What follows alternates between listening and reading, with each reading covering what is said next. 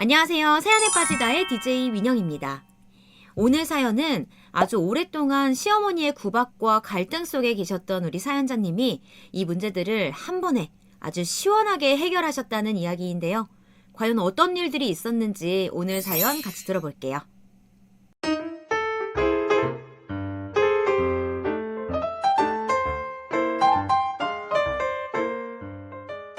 안녕하세요.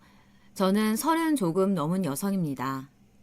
요즘 날씨도 춥고 밖에 잘 나가지 못하고 있는데 사연 유튜브 덕분에 심심하지 않게 지내고 있어요. 사람들에겐 모두 각자의 사정과 사연이 있는 만큼 제 사연도 한번 들어보시면 좋을 것 같아서 이렇게 사연을 적어봅니다. 부디 끝까지 들어주세요. 저는 결혼한 지 5년 정도 되었어요. 그런데 결혼 자체를 후회하는 것은 아닌데요. 결혼한 시댁이 너무 별로라서 결혼한 게 힘들 때는 많이 있었죠. 사실 사연 유튜브 보시는 분들은 다 비슷한 사정이 있으신 분들이 많으시겠지만 저도 시어머니하고 트러블이 참 많았거든요. 사실 별로 트러블이 있을 만한 상황도 아니었는데 시어머니 성격이 정말 굉장히 평균에서 벗어나 있어서 문제가 있기도 했어요. 저희 시어머니는 굉장히 의심도 많고 자린고비 같은 분이세요. 그러니까 본인을 포함해 자기가 아끼는 사람들한테는 돈을 너무 잘 써서 문제고 그렇지 않은 사람들한테는 너무 안 써서 문제죠. 그리고 자기한테 당연히 돈을 줘야 한다고 생각해서 더 문제이신 분이었어요. 시어머니는 딱 자기 친정 남동생만 예뻐하시더라고요. 남편한테는 외삼촌 되는 분이시죠. 남편은 형제가 셋 중에 둘째인데 그래도 시아주버님은 시어머니가 많이 편애를 하셨어요. 도련님은 막내라고 또 편애하셨던 것 같고요. 다만 남편은 둘째라서 좀 샌드위치처럼 낑겨있는 위치여서 여러모로 손해를 많이 보았던 것 같아요. 지금도 여전히 그렇고요. 그런데 남편은 워낙 무단하고 느긋한 성격이라 그런 것에 그다지 구애받지 않았고 지금도 별로 신경을 쓰지 않고 있어요. 자기는 워낙 어린 시절부터 당해온 차별이라 이미 익숙해져 있다면서요. 당연히 남편과 결혼한 저 역시도 홀대의 대상이었죠. 아니, 저는 홀대의 대상이었기보다는 시어머니가 마음대로 컨트롤하고 벗겨먹는 대상이었다고 하는 게 낫겠네요. 저희는 남편이 둘째였는데도 제일 나중에 결혼했는데 그래서인지 아주 시어머니가 저를 쥐잡듯이 잡는데 이골이 나 있으신 것 같더라고요. 며느리를 다루는 데는 정말 정통해 계셨던 거였죠. 어느 정도였냐면 시어머니는 제가 가계부 안 쓰는 걸 알고 정말 엄청나게 혼내셨어요. 너 대체 젊은 애가 정신이 있는 거냐 없는 거냐? 어머님, 하지만 제가 가계부를 써본 적이 없어서요. 너 전업주부로 집에만 있는 주제에 내 아들 버는 걸 족족 다 써버리겠다는 거잖니? 대체 제정신이 똑바로 밖에 내가 할 수 있는 행동이니?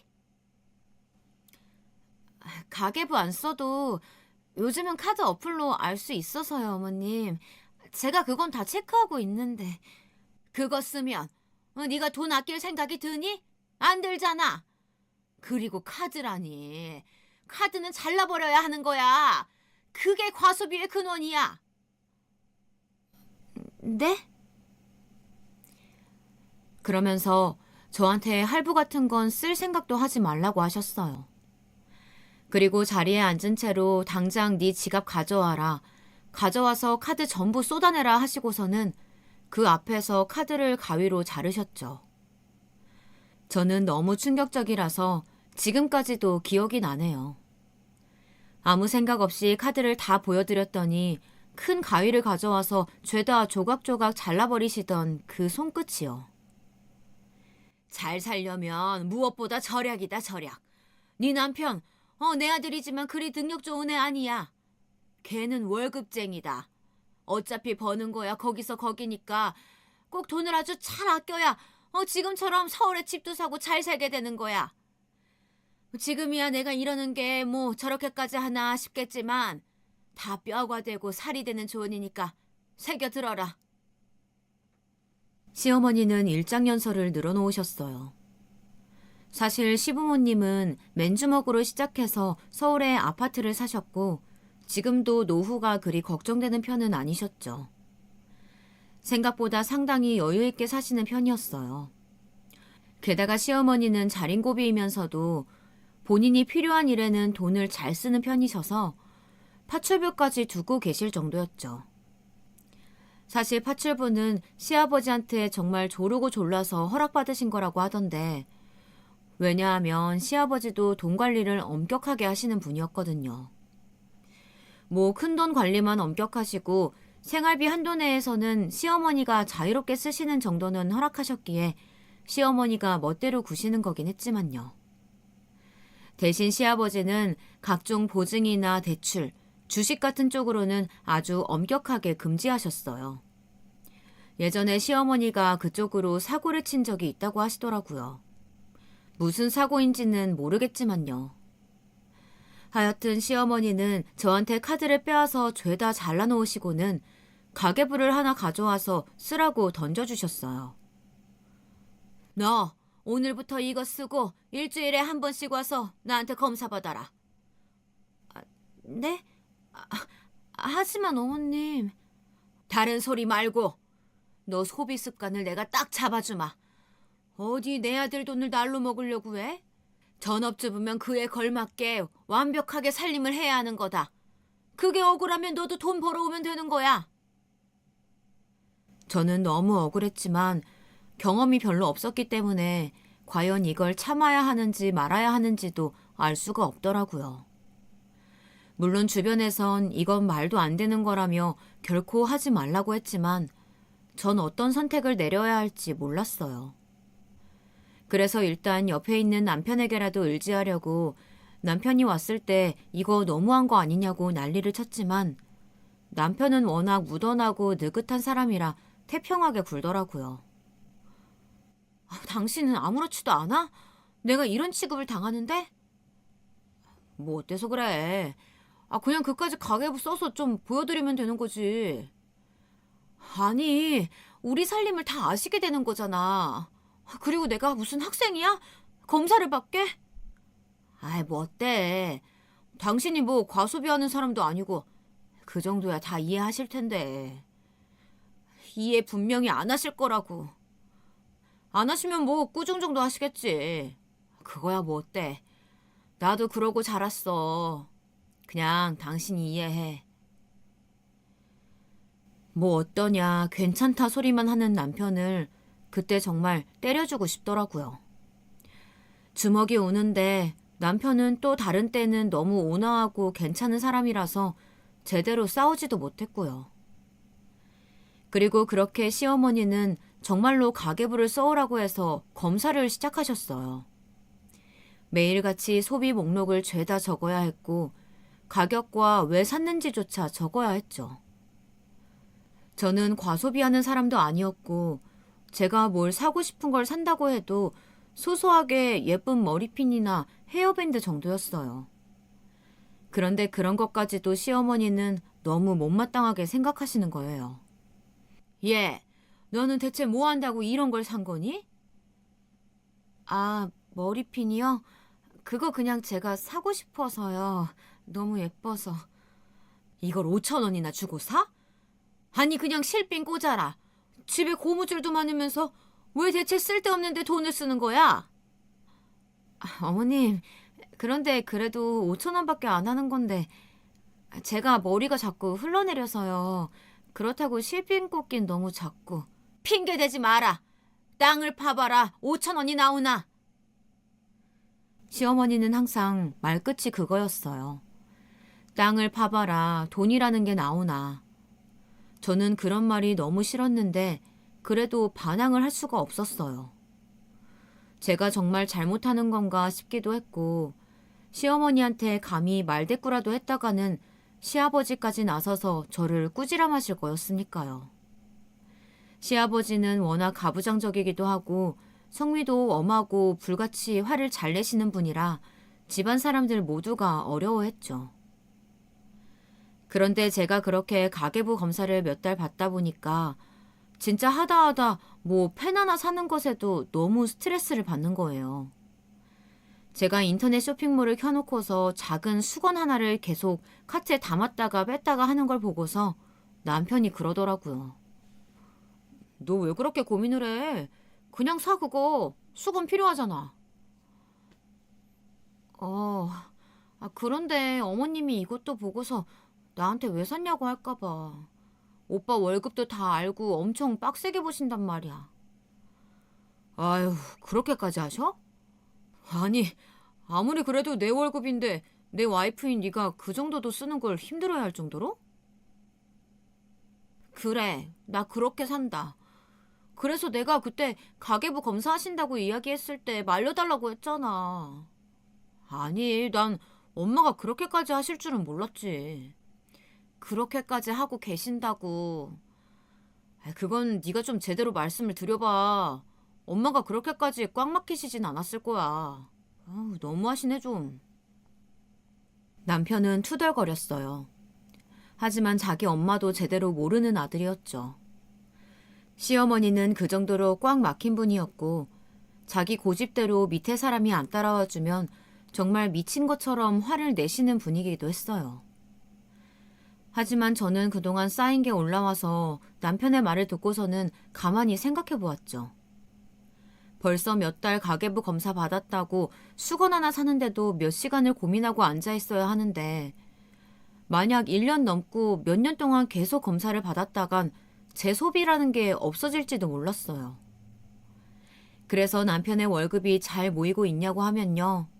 그것도 아니었어요.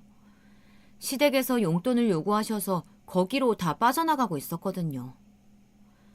용돈이라니 황당하시겠지만 시어머니가 가계부를 검사하시니까 저희 집에 돈이 얼마나 여유가 있는지 얼마나 목돈이 모이고 있는지도 다 아시는 거예요. 그러니까 시어머니는 때때로 본인이 필요하실 때마다 돈을 요구하셨어요. 예, 많이는 아니고 내가 이번에 모임에 나가는데 몇만 원이 비는구나. 그 정도는 네가 용돈이라고 생각하고 좀 다오. 네? 네. 동창회건 뭐건 어머님 모임은 뭐가 그렇게 많으신지 모임을 목적으로 저에게 돈을 때때로 타가시는데 있는 돈을 핑계로 대서 거절하기도 어려웠던 저는 그때마다 울며 겨자 먹기로 드리고는 했어요. 정말 속상했지만 피할 수 없는 일이기도 했죠. 아직 20 중반이었던 새 며느리가 강압적인 시어머니한테 대놓고 대거리를 하기란 쉬운 일이 아니었죠. 아마도 제가 조금만 더 나이가 있고 세상 경험이 있었다면 그렇게 호락호락 잡혀 살진 않았을 거라고 생각합니다. 그리고 이야기를 이어가자면 또 그 주에 시어머니가 저를 불러서 가계부를 가지고 오라고 하셨어요. 저는 가계부를 가지고 가서 내놓았죠. 그런데 시어머니는 가계부를 훑어보시더니 한 항목을 짚으셨어요. 고기 왜 이렇게 비싼 거 산 거니? 그게 제 생일이 다음 주여서요. 신랑이 이번 주에 고기 좀 좋은 거 사 먹자고 해서요. 다음 주인데 왜 이번 주에 이걸 샀어? 세일해서요. 그리고 신랑이 다음 주에 너무 바빠서 집에 못 들어올 수도 있다고 이번 주에 고기 좋은 거 먹고 다음 주에도 빨리 들어올 수 있으면 외식하자고. 돈을 이중으로 쓰는구나. 이중으로 써. 시어머니는 큰 소리로 탄식을 하시더라고요. 아니, 그까지 생일이 뭐라고 네가 2번이나 돈을 쓰는 거니? 그리고 생일이라고 꼭 좋은 걸 먹어야 할 이유가 뭐야? 넌 태어나면 꼭 그렇게 비싼 고기 먹어야 한다고 달고 태어났어? 대체 왜 이렇게까지 비싼 걸 사서 먹는 거야? 그게 어머님, 이거 그래도 세일해서 싸게 산 건데. 웃기지 마라. 너 그렇게 좋은 고기 샀으면 시부모님께 먼저 드려야 예인 거야. 지들끼리 쏙 빼먹고 나서는 말이 많네. 게다가 뭐? 다음 주에 애비 시간이 괜찮으면 외식까지 한다고? 생일 같은 걸 잘도 챙기는구나. 애비 월급이 대체 얼마나 많다고 그런 짓을 하는 거니? 어머님, 하지만 1년에 한 번 있는 생일이고. 남편 생일은 챙겨도 아내 생일은 평일처럼 그냥 넘어가는 게 당연한 거야. 이 생각 없는 거사. 시어머니가 우르르르 욕을 쏟아놓으셨어요. 저도 처음에는 위축이 되었지만 계속되는 험한 말 속에서 뭔가 되게 속에서 울컥하는 게 올라오더라고요. 아니 대체 내가 뭘 잘못했지? 잘못한 게 뭐길래 생일에 고기 좀 좋은 거 그것도 세일해서 남편하고 둘이 구워 먹는 게 그렇게나 잘못인가? 그러는 시어머니는 사실 본인 생신에 한우 툭불짜리 사오라고 해서 점심에 구워 드시고 저녁 때는 가족 전체가 나가서 외식을 하고는 했어요. 계산은 당연히 삼형제 자식들이 나눠서 냈고요. 외식도 아주 호화로운 곳에 가서 하고는 했죠. 시아버지는 대출이나 보증, 주식 같은 건 극도로 혐오하시지만 가족들이 먹고 쓰는 건 그래도 넉넉하게 해야 하는 편이셨으니까요. 그래서 외식 장소 예약 잡을 때도 무척 신경을 써야 했습니다. 순간 그 장면들이 하나하나 다 스쳐 지나가면서 도저히 못 참겠더라고요. 저는 화가 나서 가계부를 들고서 제가 쓴 부분을 죄다 찢어냈어요. 시어머니가 한참 열을 올리면서 저를 욕하다가 깜짝 놀라서 주춤하시더라고요. 알겠어요. 이제 더 이상 그렇게 돈 쓰는 꼴 안 보여드릴게요. 됐죠? 뭐라고? 근데 그건 대체 왜 찢는 거니? 가계부 이제 안 쓸 거니까요. 안 쓰고 안 보여드리면 돈 그렇게 엉망으로 쓰는 꼴도 못 보시겠죠. 그럼 된 거죠? 뭐? 예! 너 지금 이게 무슨 버르장머리를? 제가 몰려. 아니, 그렇게 머리핀 하나 고기 한 점 사는 것도 아까워 죽겠으시면 어머님이 좀 사주세요. 제가 제 남편 돈으로 쓰는 건데 대체 왜 그러시는 거예요? 저 정말 많이 참았어요. 그래도 어머님이시니까, 어른이시니까 최대한 의견 맞춰드리려고 이 가계부도 쓴다고 한 거라고요. 근데 제가 매일 듣는 말이라곤 막대 먹고 험한 말뿐이니 저도 더 이상 못 쓰겠네요. 저는 몇 달이나 눌려서 참아왔던 속을 쏟아냈어요. 얼굴이 시뻘개진 채로 저나 시어머니나 서로 격앙된 상태였죠. 시어머니는 부들부들 떨면서 저를 노려보며 소리를 고래고래 지르셨어요. 나이도 어린 게 어쩜 이렇게 파렴치하니? 좋은 습관 길러주겠다는 시어미를 이렇게... 좋은 습관 어머니나 가지고 계세요. 전 더 이상 못 견뎌요. 그렇게 한바탕 뒤집어 버리고서 저는 그대로 일어나서 집으로 와버렸어요. 오는 길에 막 눈물이 나더라고요. 제가 결혼을 왜 해가지고 돈 한 푼 쓰는 것도 이렇게까지 스트레스를 받아야 하는 건지 모르겠어서요. 저는 집에 와서 한바탕 울고서는 잠이 들어버렸어요. 저녁 때 퇴근해서 온 남편이 저를 깨울 때까지 아주 깊이 잤죠. 친정에 전화를 해볼까, 친구한테 전화를 해서 하소연을 할까 생각도 했지만 그래봤자 더 가슴만 아파질 것 같았어요. 그래서 그냥 잠으로 스트레스를 풀어버리자 싶어 세상 모르게 잠이 들었는데 어느 순간 남편이 저를 깨워서 한참 등을 두드려 주더라고요. 고생했어. 진짜 엄마가 좀 심하게 굴었나 보네. 당신 어떻게 알아? 아버지한테 전화 받았어. 아버지가 낮에 집에 들어갈 일이 있어서 들어가셨는데 엄마가 거실에서 울고 있더래.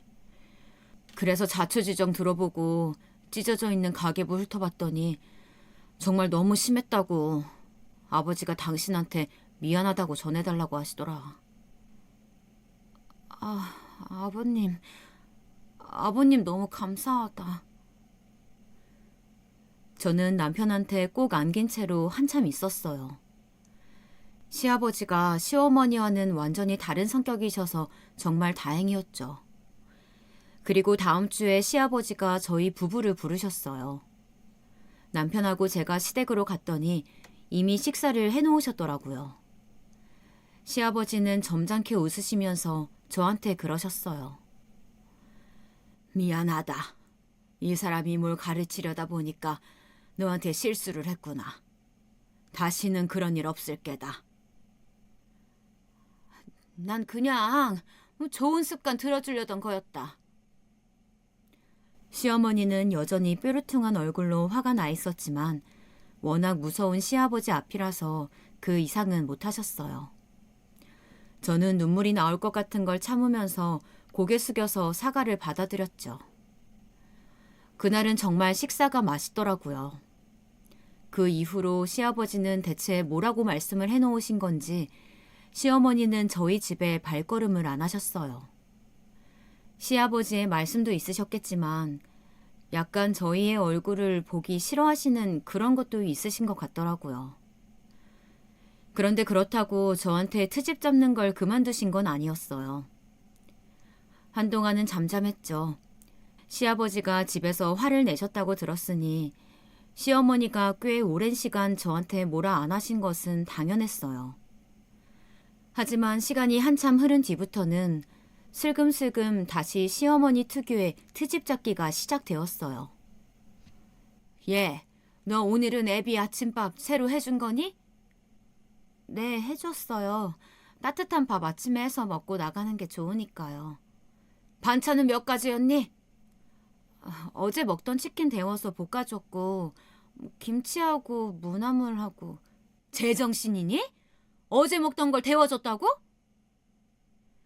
시어머니는 시아버지가 화내시기 전으로 돌아간 것처럼 말씀을 하시더군요. 마치 그런 일이 없었던 것처럼 저를 혼내던 그 부분들을 다시 가져와서 혼내기 시작하셨어요. 이제 차마 가계부를 다시 쓰라거나 돈 쓰는 걸 영수증까지 가져와서 검사를 받으라고는 안 하셨지만 그 외에 다른 부분들은 똑같았어요. 정말 숨이 막히는 것 같았죠. 남편은 이제 가계부 검사도 안 맡으니 그 정도는 그냥 참으라더군요. 우리 엄마 성미가 원래 그래. 그거 다 못하시게 하면 화병 나서 누우실걸? 그 정도는 자기가 좀 참아. 대체 이런 걸 어떻게 참으라는 거야? 몇 끼니 반찬이 몇 갠지, 새로 했는지, 빨래는 언제 했는지, 다림질 하루에 몇 번 하는지 죄다 이야기하라고 난리를 치시는데. 자기야, 그런 걸 왜 다 진짜로 말해? 그냥 거짓말해. 내가 다 맞춰줄 테니까. 우리 엄마 나한테 전화하면 내가 자기 말이 다 맞다고 해줄게. 그런다고 될까? 그러고 보니 남편 말이 맞기도 했어요. 저는 어른한테 거짓말을 한다는 게 너무 양심상 꺼려져서 하지 않았는데 사실 시어머니가 저렇게까지 박하게 구시는데 제가 굳이 진실만을 말할 필요가 있나요? 거짓말 안 하고 신의를 지키는 것도 어느 정도 서로 간에 신뢰가 있는 사이에 하는 거죠. 저는 남편의 말에 그럴까? 하고는 남편하고 말을 맞췄어요. 아침에는 항상 제가 3가지 반찬 이상을 새로 해주고 국도 새로 하고 밥도 새로 해주는 것으로요.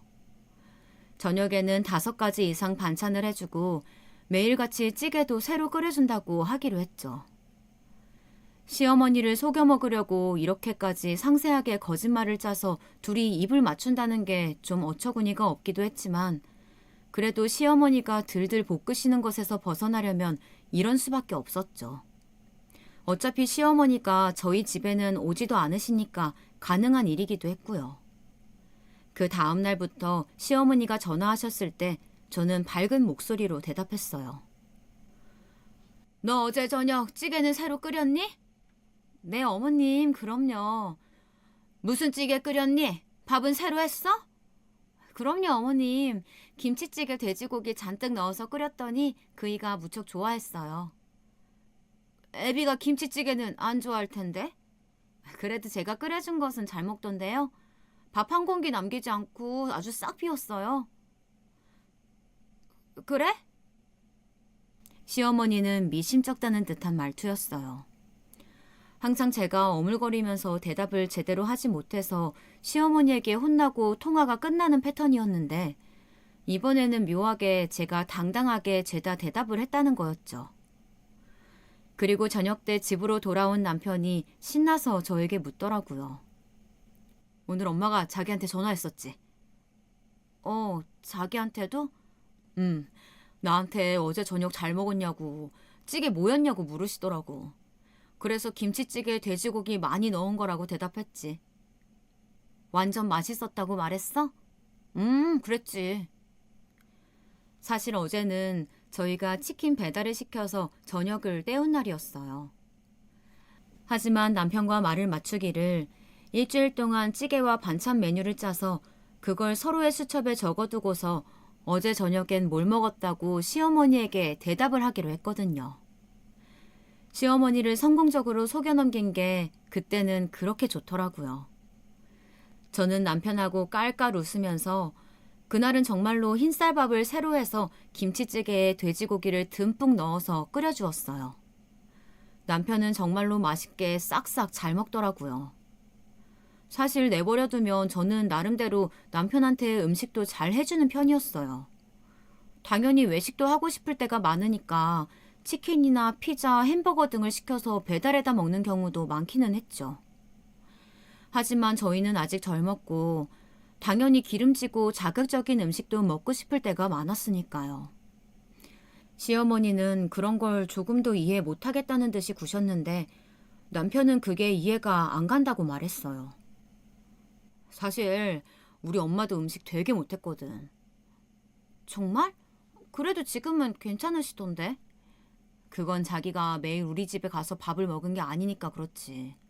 맨날 같은 음식만 내놓으시거나 뭐 아니면 다른 걸 시도하면 완전 음식이 먹을 수도 없는 경우가 많았어. 남편은 고개를 절레절레 흔들었어요. 하다못해 김치도 너무 짜거나 너무 맵거나 둘 중 하나라서 아무도 우리 집 김치는 안 먹었어. 그래서 결국 김치 사다 먹기 시작했고 지금도 산김치 드시잖아 우리 집에서는. 지금도? 아니 지금 김치 어머니가 담그신 게 아니야? 아니야. 절대 아니야. 우리 엄마 진짜 김치 못하거든. 집에서 담근 김치 먹고 싶을 때는 외삼촌네가 갖다 주실 때뿐이었어. 기가 차 실소가 터져 나오더라고요. 저한텐 반찬 가짓수 운운하면서 무조건 다르게 해나가라더니 정작 자식을 키우실 땐 같은 음식을 내놓거나 먹을 수도 없는 맛없는 음식을 하셨다니. 그래놓고선 어떻게 저한테는 그런 뻔뻔한 요구들을 하실 수 있을까요? 그럴 자격이 된다고 생각하셨을까요? 일단 저는 겨우 끓어오르는 화를 눌러 참고 말을 이어갔어요. 시어머니에 대해 더 알고 싶었거든요. 외숙모랑 외삼촌이 어머님한테 되게 잘하시는 편이었나 봐. 잘하셨지. 근데 또 그만큼 우리 엄마도 외삼촌네한테 잘했어. 아니, 잘한 것도 넘어서서 좀 과하게 하셨지. 남동생이 아니라 무슨 장남처럼 예뻐하셨으니까. 젊었을 때 사실 우리 엄마가 외삼촌 사업에 돈 자기 이름으로 대출해줬다가 아주 난리가 났었잖아. 나 그거 처음 들어. 왜? 무슨 일이 있었던 건데? 외삼촌이 예전에 무슨 호박집인가? 그런 건강식품 사업한다고 난리를 쳤었는데 다른 사람들이 다 안 될 걸 알고 투자를 안 하니까 엄마한테 하소연을 한 거야. 자기도 알지만 우리 아버지 다른 거 몰라도 절대 대출이나 보증 이런 거 완전 싫어하잖아. 한 거 걸리면 난리 나고. 엄마가 큰맘 먹고 아빠한테 이건 그런 게 아니라 사업 투자다. 뭐 잘 될 거다 하면서 말했다가 아버지가 쌩 난리치고 엄마 혼내셔서 다시는 말도 못 꺼냈고. 아니 그런데 어머님이 본인 명의로 대출하셨단 거야? 그렇지. 엄마가 자기 명의로 대출해서 외삼촌 사업에 쓰라고 주신 거야. 그래서 외삼촌 사업이 잘 되었을까? 당연히 안 됐지. 그래서 엄마가 자기 명의로 대출한 돈은 당연히 못 돌려받았고 그거 나중에 아버지한테 걸려서 아주 집안이 뒤집어졌었어. 아버지가 당장 갈라선다고 뭐 이런 식으로 부부 신의를 다 어기고 이렇게 속인 채로 마음대로 돈 대출해서 빌려주는 거 못 본다고 하셨어. 여기서도 실소가 터져 나오더라고요. 저에게 그리도 돈돈 하시더니 저런 일까지 벌이셨다니. 어이는 없었지만 아무쪼록 그렇게 저희는 시어머니의 간섭을 성공적으로 막아내는 것 같았어요. 남편과 제가 한꺼번에 입을 맞춰서 대답을 하니까 시어머니는 차마 저에게 혼낼 거리를 찾아내지 못했던 거죠. 저는 좀 느긋해져서 이제 시어머니의 전화가 와도 그렇게 긴장하지 않았고 시어머니도 뭔가 재미가 없는지 전화가 뜸해지셨어요. 그렇게 몇 달이 흐르고 나니 이제 굳이 남편하고 말을 맞추지 않아도 되지 않을까 하는 마음이 들었어요. 마음이 느긋해서인지 그때쯤 임신이 덜컥 되더라고요. 사실 아이 계획은 좀 미뤄두고 있었는데 이왕 들어선 아이를 지울 수는 없었으니 그대로 낳아서 기르기로 했죠. 제가 임신이 확정되고 난 날 남편은 기뻐하면서 제 손을 잡고 거의 울려고 하더라고요. 자기야, 사실 몇 년 뒤에 아기 계획 세웠었지만 지금 우리 아기가 드디어 생겼다고 하니까 정말 기쁘다. 나도 좋아. 생각보다 빠르지만 상관없는 것 같아. 우리 잘 낳아서 잘 기르자. 그럼 우리 아이인데 내가 정말 할 수 있는 한 최선을 다해서 잘해줄 거야. 자기도 이제 진짜 몸 조심해. 오히려 임신 초기가 더 위험하다더라. 몸 가능한 움직이지 말고 가능한 조심하면서 앉아있도록 하고. 알겠어. 꼭 그렇게 할게. 시댁에도 말씀드렸더니 시아버지가 정말 많이 기뻐하시더군요. 반면 시어머니는 듣는 둥 마는 둥 어딘가 시큰둥한 얼굴이셨어요. 오히려 시어머니는 제가 임신을 한 게 무슨 유세냐는 듯 눈을 흡뜨고서는 저를 위아래로 바라보셨죠. 이제 아이 가졌다고 뭐 더 게으르게 굴면 안 된다. 너 원래도 너무 게으른 애라서 내가 마음을 놓을 수가 없구나. 애를 낳으면 네가 엄마가 되는 거니까 그만큼 모범적으로다가 부지런하게 살아야 되는 거야. 네, 어머님. 넌 정말 응? 어느 순간부터 대답만 잘하는구나. 시어머니는 저를 흘겨보셨지만 제게 트집 잡을 만한 거리를 발견하지 못하셔서 한숨만 푹 내쉬셨어요. 남편과 그렇게 한번 시어머니를 속여 넘긴 이후로는 시어머니한테 그냥 대충 대답하는 것이 그렇게 양심의 가책이 느껴지지 않더라고요. 시아버지는 이렇게 말씀해 주셨어요. 지금 임신한 애한테 그게 무슨 소리를 하는 게요? 괜찮다 세아가.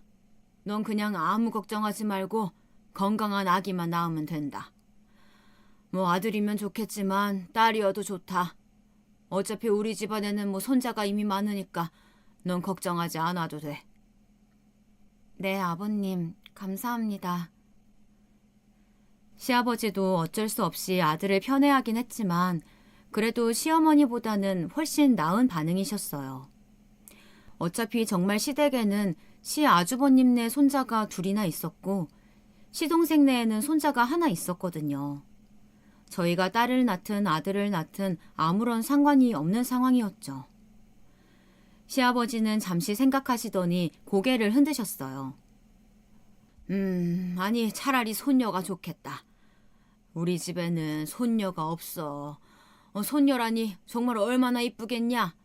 꼬물꼬물하고 사랑스럽겠다. 여보, 그게 무슨 말이에요. 그래도 손자가 있어야지. 그 다음에 손녀를 낳았는데도 낳는 거지. 뭐 손자는 이미 많은데 뭐. 나는 손녀라도 괜찮아. 아무튼 어느 쪽이라도 좋다. 부디 건강하게만 낳아라. 시아버지께서 진심으로 염려해 주시고 축하해 주시는 말을 듣고 나니 저도 참 좋더라고요. 남편도 싱글벙글 하면서 말했어요. 저희도 파출부 아주머니 한 분 쓰려고요. 뭐 일주일에 한두 번이라도 힘든 일들 맡기면 훨씬 이 사람이 편하지 않을까 싶어요. 그래. 뭐 아내 몸은 남편이 생각해줘야지. 꼭 써라. 시아버지는 고개를 끄덕이셨고 남편은 제 손을 꼭 잡으면서 웃었어요. 저는 마냥 행복하기만 했죠. 그리고 그 다음 달부터 당장 파출부 아주머니를 구했어요. 남편은 우리 동네에서 일 잘하신다는 분을 수소문해서 모셔왔다고 하더라고요. 아주머니는 인상도 좋으셨고 제가 임신했다는 이야기를 하자 고개를 끄덕이셨어요. 아유, 새댁. 임신했을 때는 초기에 조심해야죠. 힘든 일이 있으면 남겨놨다가 나한테 맡겨요. 내가 정말 일 하나는 자신 있거든요. 감사합니다. 저희가 페이도 넉넉하게 드릴게요. 됐어요. 난 그냥 받던 대로만 받으면 돼요. 파출부 여사님은 성격도 시원시원했고 일도 정말 잘하셨어요. 여사님이 머무르신 지 6시간 정도 되고 나서 집안이 반짝반짝해지더라고요. 같은 청소라도 제가 하는 것과 여사님이 하는 것이 완전히 다른 듯한 느낌이 들 정도로요. 같은 청소기와 같은 걸레로 어쩜 이렇게 결과물이 다른지 모를 일이었죠. 와, 여사님, 제가 한 거랑 정말 달라요. 저도 나름 청소한다고 했는데 제가 한 건 제대로 된 청소가 아니었나 봐요. 아이고, 칭찬해주니 부끄럽네요. 제가 좋아하니까 여사님도 웃으시면서 흐뭇해 하시더라고요. 저는 여사님이 푸근해 보이셔서 첫 만남부터 정말 좋았어요. 여사님은 일주일에 2번 저희 집에 오시기로 했는데 올 때마다 냉장고 청소며 화장실 청소며 밀린 일들을 전부 해주셨죠. 그러면서 저는 여사님이 잠시 쉬실 때를 틈타 커피도 타드리고 마주 앉아서 이것저것 수다를 떨거나 조언을 얻기도 했죠. 그렇게 제법 한참이 지났어요. 제 생각에 1~2달 정도 지났던 것 같아요. 저도 배가 조금씩 불러오기 시작했고 여사님도 저희 집에 많이 익숙해진 상태였죠. 그런데 그러던 어느 날 갑자기 시어머니한테 또 전화가 왔어요. 저는 이제 시어머니가 전화통화로 들볶는 걸 그만두신 지 좀 되었기에 별다른 부담감 없이 전화를 받았죠. 네, 어머님, 무슨 일이세요? 내가 오랜만에 너한테 싫은 소리 좀 하려고 전화했다. 네? 그때부터 벌써 불안한 기운이 감지가 되더라고요. 저는 수화기를 붙들고서 당황할 수밖에 없었어요. 너 살림을 어떻게 그렇게 엉망으로 하는 거니? 대체 살 수가 없다 내가. 아무리 네가 게으르다고 해도 그러면 안 되는 거지. 네? 제가요? 하지만 어머님, 저 요즘 그렇게 게으름 피우지는... 너 요새 애비 아침밥 반찬 몇 개 해주니? 뭐 빵, 떡 이런 걸로 해주고 있지 너? 그게... 딱 잘라 아니라고 했어야 했는데 너무 오랜만에 당하는 거라서 제가 순간 대답할 틈을 놓쳐버렸어요. 그때부터 시어머니의 잔소리가 쏟아지더라고요. 너 내가 그동안 그렇게나 봐주고 말을 안 했더니 그러더니 곧바로 이렇게 풀어지는구나. 그리고 뭐 현관 청소, 베란다 청소 이런 거 매일매일 하는 거야. 남한테 맡기지 말고. 어머님 그건... 그리고 너 애비 다림질 제대로 안 해주지? 지난번에 우리 집 왔을 때 애비 양복이 꾸깃꾸깃 다 엉망이더구나. 어머님 죄송해요. 하지만 그건 그이가 너무 옷을 험하게 입어서 아침에 다려져서 나가도 구겨져서 들어오기 때문에. 또 변명이지? 어머님 그게 아니라... 그리고 제가 임신 초기라 신경을 평소보다 못 쓰는 것도 있지만... 누구 내 안 낳았니? 어디 임신이라고 유세야? 난 애를 3이나 낳았다. 그것도 아들만 3이었어. 그 열악한 시절에 아이 3 임신해서 떡두꺼비 같은 아들 3 낳은 내 앞에서 무슨 유세니? 그 이후로도 시어머니는 거의 1시간 가까이를 난리를 치셨어요. 전화통을 붙들고 있는 제가 어지러울 정도였죠. 중반부터는 시어머니가 대체 무슨 말씀을 하시는지도 제대로 못 알아듣겠더라고요. 너, 내가 앞으로 매일 전화할 거다. 내가 그동안 봐준다고 편하게 뒀더니 아주 엉망진창이구나. 그러고는 전화를 끊어버리시더라고요. 저는 너무 눈앞이 캄캄해서 주저앉은 채로 한참을 앉아 있었어요. 그리고 그날 저녁 저는 남편에게 그 이야기를 했어요. 하지만 남편은 느긋하게 어깨를 으쓱할 뿐이었죠. 아유, 지난번에도 거짓말하면서 넘겼잖아. 심하지 않으면 그냥 들어드려. 우리 엄마 그냥 그게 취미인가 봐. 여보, 취미라고 그냥 넘기라고? 그거 매일 들어야 하는 내 기분은 어쩌고. 에이, 설마 매일 그러시겠어? 자기야, 나도 정말 회사에서 많이 피곤해. 요즘 명예퇴직할 사람 나오라고 계속 상사들이 그런단 말이야. 나 잘리지 않으려면 진짜 신경 많이 써야 돼. 남편은 오히려 저한테 하소연을 했어요. 사실 그때 남편의 회사가 상태가 많이 안 좋은 편이라서 남편은 이직을 해야 하는 건가 무척 고민이 많은 상태였죠.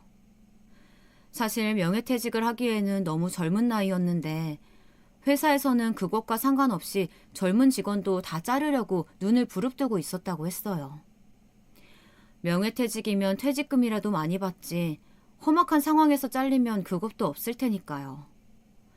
그러니 저는 남편한테 더 이상 하소연도 못하고 그냥 얼마간은 제가 참아보기로 했어요.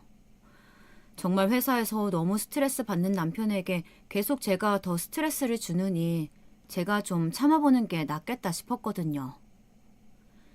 그런데 시어머니는 그 후로 정말 매일같이 전화를 하셨어요. 너무 험하게 말씀하시고 저한테 거친 말씀을 하시는데 눈물이 나더라고요. 게다가 이상한 건 시어머니가 하시는 말씀 중에 거의 대부분이 맞는다는 거였어요. 마치 우리 집 사정을 자주 들여다보는 것처럼 잘 아시는 것 같았죠. 심지어는 냉장고에 오래된 반찬을 버리지 않고 있는 게 있었는데 그게 어떤 나물인가까지 아셨어요. 그런 것에서부터 저는 조금씩 이상한 걸 느끼기 시작했는데요.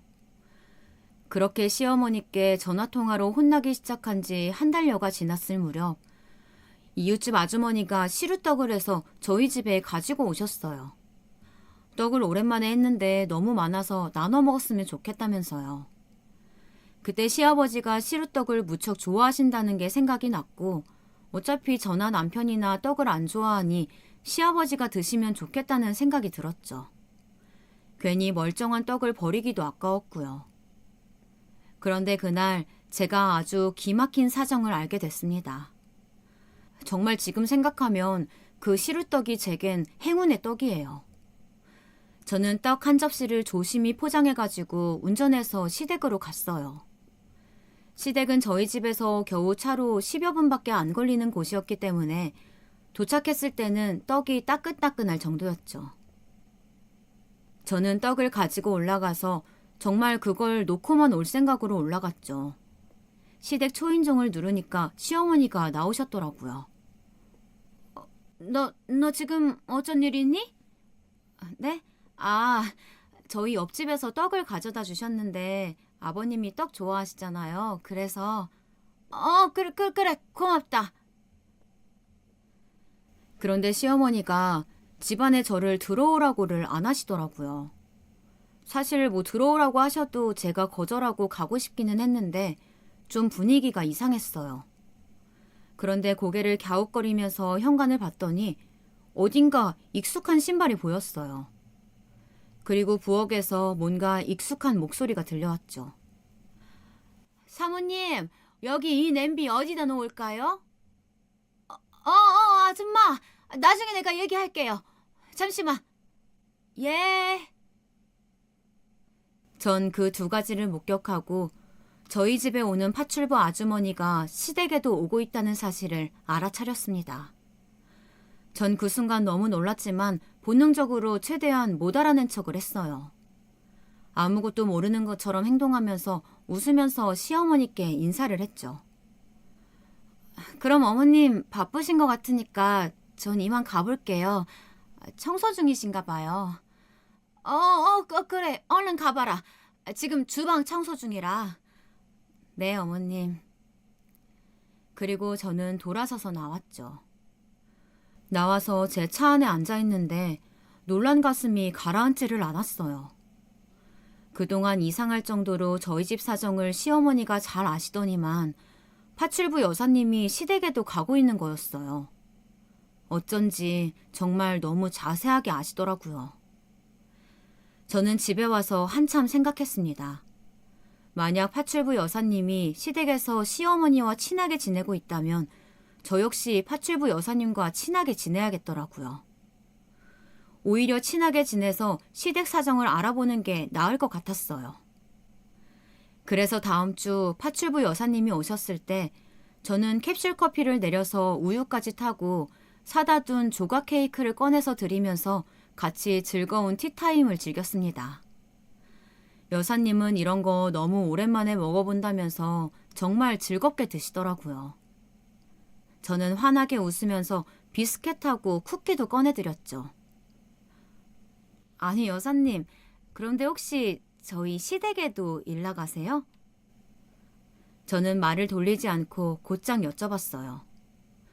여사님은 순간 목이 막힌 듯 컥컥대시더니 커피를 한 모금 드시고서는 제 눈치를 보시더라고요. 저희 사정을 미주알 고주알 일러 바쳤으니 뭔가 찔리기야 하셨겠죠. 저는 괜찮다는 듯이 웃으면서 고개를 저었어요. 어머 여사님, 저희 시어머니하고도 친하셨구나. 아유, 근데 저희 어머님이 좀 인색하셔서 일하시기 많이 힘드시죠? 아, 세댁. 아이 사모님이 그런 면이 있으시긴 하셔요. 제가 그렇게 말하니까 여사님은 동감한다는 듯이 크게 고개를 끄덕였어요. 사실 시어머니 행태야 뻔하거든요. 분명히 돈 주고 사람 쓴다고 절대 쉬는 시간도 안 주고 커피 한 잔, 물 한 잔도 인색하게 굴었을 거였어요. 그래서 저는 시어머니 흉을 보면서 여사님과 친근하게 대화를 했고 여사님도 처음에는 쭈뼛거렸지만 점차 아주 열변을 토하기 시작했죠. 그러니까요. 그 사모님이 좀 너무하시더라고요. 내 일 시간이 끝나야 간신히 주스 한 잔이나 물 한 잔 주시는 거야. 내 일 시간 동안은 쉬는 시간 10분도 아깝다는 거지. 아휴, 참. 내가 아무리 고용된 사람이라도 해도 그렇지. 얼마나 야박한지. 어떤 일이 있었는 줄 알아요? 저번에 내가 일을 하다가 너무 목말라서 잠깐 물 한 잔을 먹고 있는데 그거 가지고 얼마나 야단을 치는지 내 시급이 얼만지 아냐서부터 시작해가지고 계산기 가지고 와서 내 앞에서 두드려대는데 참 기도 안 차서 내가 아주 앞치마 벗고 나오려다가 겨우 참았다니까요. 그렇죠. 평상시엔 항상 그러세요. 며느리인 저한테도 그러시는걸요. 얼마나 시집살이를 심하게 시키시는지. 전 가계부도 써갔는걸요. 검사까지 받고요. 아유, 그런 양반 며느리로 어떻게 사는 거야? 아유, 세댁 정말 안 됐다. 그런 저희 집 사정을 시어머니께 일러 바친 건 다름 아닌 파출부 여사님이었지만 저는 그런 내색은 하지 않았어요. 대신 저는 시어머니와 시댁 사정을 은근슬쩍 물어보았고 여사님은 또 아무런 생각 없이 미주알 고주알 다 이야기를 하더라고요. 그지 잘 살긴 하는데 살림살이가 다 낡아 빠졌어. 그리고 음식도 항상 해먹는 것만 해먹나 봐. 냉장고 반찬이 맨날 똑같더라고. 어머 그렇구나. 저희 어머님이 저한테는 맨날 새 반찬 새국 해놓으라고 그렇게 난리를 치시는데 아유 정말 시어머니들이란. 거기다가 그 집 사모님 친정에 무슨 일이 있는지 요새 아주 시름시름 말도 아니더구만. 가끔 전화하다가 끙끙 앓고 그래. 어머 왜요? 무슨 남동생이 있는 모양이지? 그 남동생한테 대출을 내서 돈을 줬다나 봐. 내가 물어보니까 사업 때문이라는데 어지간히 속이 타는지 세상에 나한테까지도 돈 빌려줄 수 없냐고 하더라고. 내가 당연히 안 된다고 했지만. 시어머니는 그 남동생분한테 또 자기 명의로 대출을 내서 돈을 빌려줄 모양인 것 같더라고요. 저는 너무 예상외의 사건을 알게 되어서 놀랐지만 한편으론 약점을 잡았다는 생각이 들기도 했습니다. 그런데 한편으론 고민이 되더라고요. 제가 알게 된 이 비밀의 무게가 꽤 무겁다는 생각이 들었거든요. 파출부 여사님하고 말하면서 그냥 시댁에서 시어머니가 얼마나 살림을 엉망으로 하는지 그것만 알고 싶을 뿐이지 이런 일까지 알고 싶지는 않았어요. 이걸 알면 시아버지가 정말 이혼한다고 집안이 뒤집어질 일이었거든요. 하지만 아는 상황에서 입을 다물고만 있을 수는 없어서 저는 남편이 퇴근할 때를 기다려 이 일을 의논했습니다. 과연 느긋하고 태평한 남편도 이 일에는 심각한 얼굴이 되더라고요. 엄마가 또? 대체 무슨 생각이지? 외삼촌 진짜 지금 사업 몇 번째 말아먹고 있는 건데 거기다가 또 대출해서 돈을 주시다니. 파출부 여사님이 한 말이라서 거의 정확할 거야. 자기가 좀 먼저 알아봐. 그러다가 아버님 아시면 정말 난리 나잖아. 그러게 말이야. 미치겠다 정말. 난 그냥 어머님이 살림 어떻게 하시나, 잘못하시는 거 없나 그 정도만 알고 싶었는데 이런 걸 알게 될 줄은 몰랐어. 골치 아파. 근데 자기는 이거 아버지한테 알릴 생각은 없어? 우리 아버지 알면 집안이 뒤집어질 텐데 어떻게 말해. 자기야말로 말할 생각 없어? 나? 저는 남편의 말을 곰곰이 생각해 봤습니다. 제가 말한다면 이건 거창한 말로 복수가 될 것 같았어요. 지금껏 당한 일에 대한 시원한 사이다 복수. 하지만 그에 따른 후폭풍까지 책임질 수 있을진 자신이 없더라고요. 정말 두 분이 이혼이라도 하시게 된다면 시어머니의 원망이 모조리 저한테 날아들어올 텐데 이것저것 생각하며 고민을 하고 있던 찰나 남편은 일단 피곤하니 잠에 청하자고 했고 저희는 일단 저희 선에서 시어머니 일을 알아보기로 하고 일단락을 지었어요. 그런데 그 다음 주 주말 시댁에 남편과 함께 갈 일이 있어서 가게 되었어요. 시아버지도 시어머니도 다 계시는 날이었죠. 저희는 시댁에 가서 식사나 한 끼 먹고 인사드리고 안부 여쭙고 오기로 한 날이었는데요.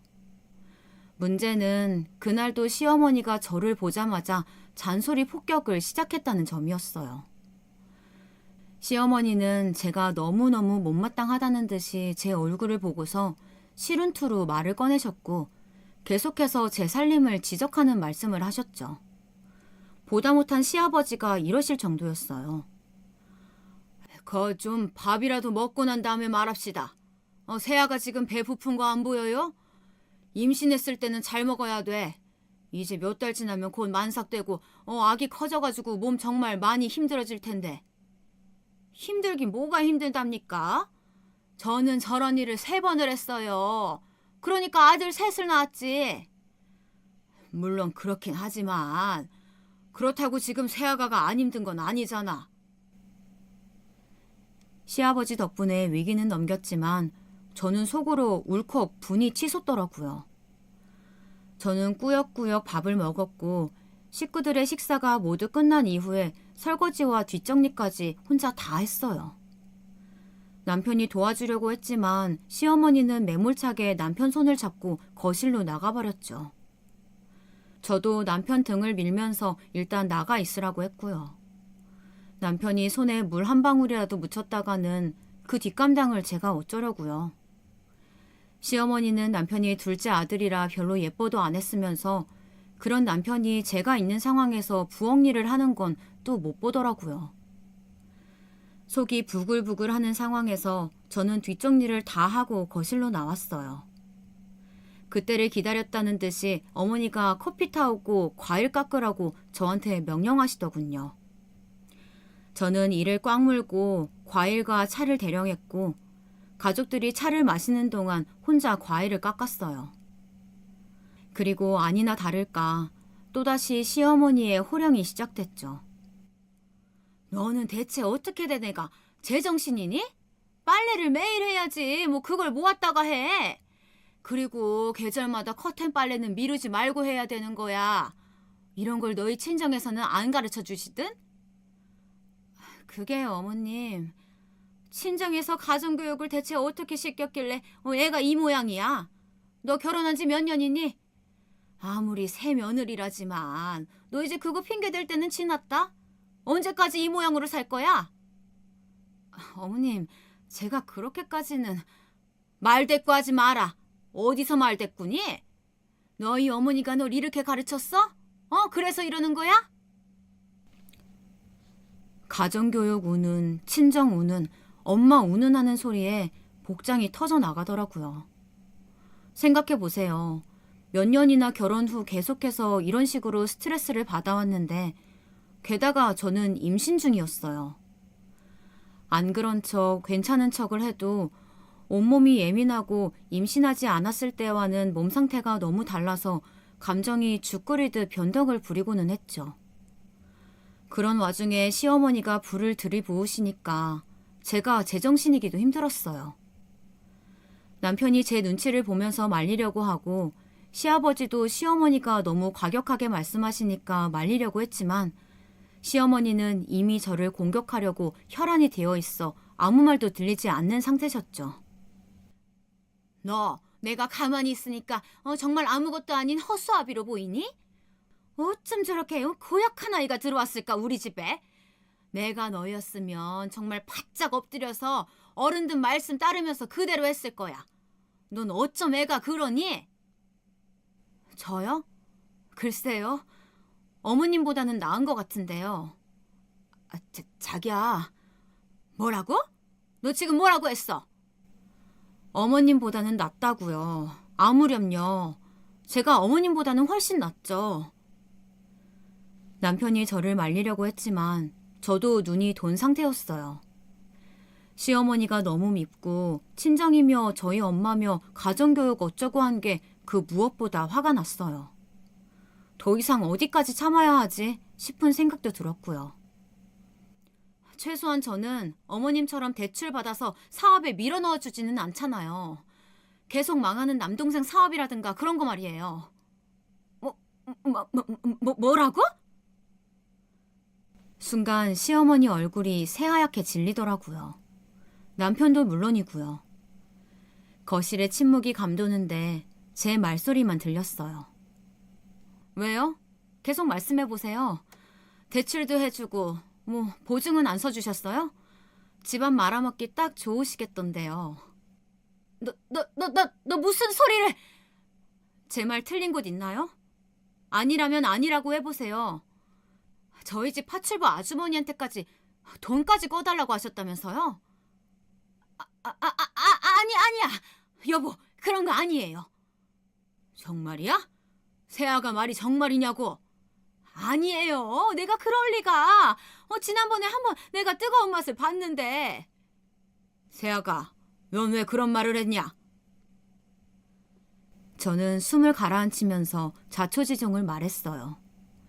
시아버지는 다 듣고 난 후 시어머니를 노려보셨죠. 시어머니는 새파랗게 질린 채로 입을 가린 채 울기 직전이더라고요. 시아버지가 아무 말도 하지 않은 채로 시어머니와 함께 안방으로 들어가시고 나서 곧 안방에서 큰 소리가 나기 시작했어요. 나중에 들었는데 시어머니는 친정 남동생한테 주려고 억대 대출을 받아놓은 상태였대요. 다행히 대출금을 남동생한테 입금하기 전이었다는데 시아버지가 시어머니를 데리고 당장 은행으로 쫓아가서 시어머니 이름으로 대출을 줘야 하라고 해서 알게 되었다고 하더라고요. 심지어 보증까지 서주려고 준비하고 있었다고 하네요. 시어머니는 그 남동생하고 나이 차이가 아주 많이 났기 때문에 아들같이 여긴다면서 어떻게 망하는 애를 그냥 두고 보냐고 엉엉 우셨다더군요. 그 덕분에 정말 시부모님이 이혼 위기까지 가셨는데 중간에 저희 아기가 태어나는 바람에 흐지부지 되었죠. 우리 집 최초의 손녀였고요. 시아버지는 저희 아기한테 완전히 푹 빠지셔서 나중에 손녀한테 조부모가 다 늙은 나이에 이혼했다 이야기 들려주기 부끄럽다면서 이혼을 포기하셨어요. 그 덕분에 시어머니는 이혼을 안 당할 수 있었지만 그때 이후로는 시댁에서 거의 말씀도 못하시고 눈치를 보면서 지내게 되었죠. 제가 충동적으로 저지른 일이기는 했지만 그래도 무척 속 시원한 결말이기는 했어요. 제 이야기는 여기까지입니다. 여러분들도 재밌게 잘 들으셨으면 좋겠어요. 제 이야기는 여기까지입니다. 여러분들도 재밌게 잘 들으셨으면 좋겠네요. 제 이야기 들어주셔서 감사합니다.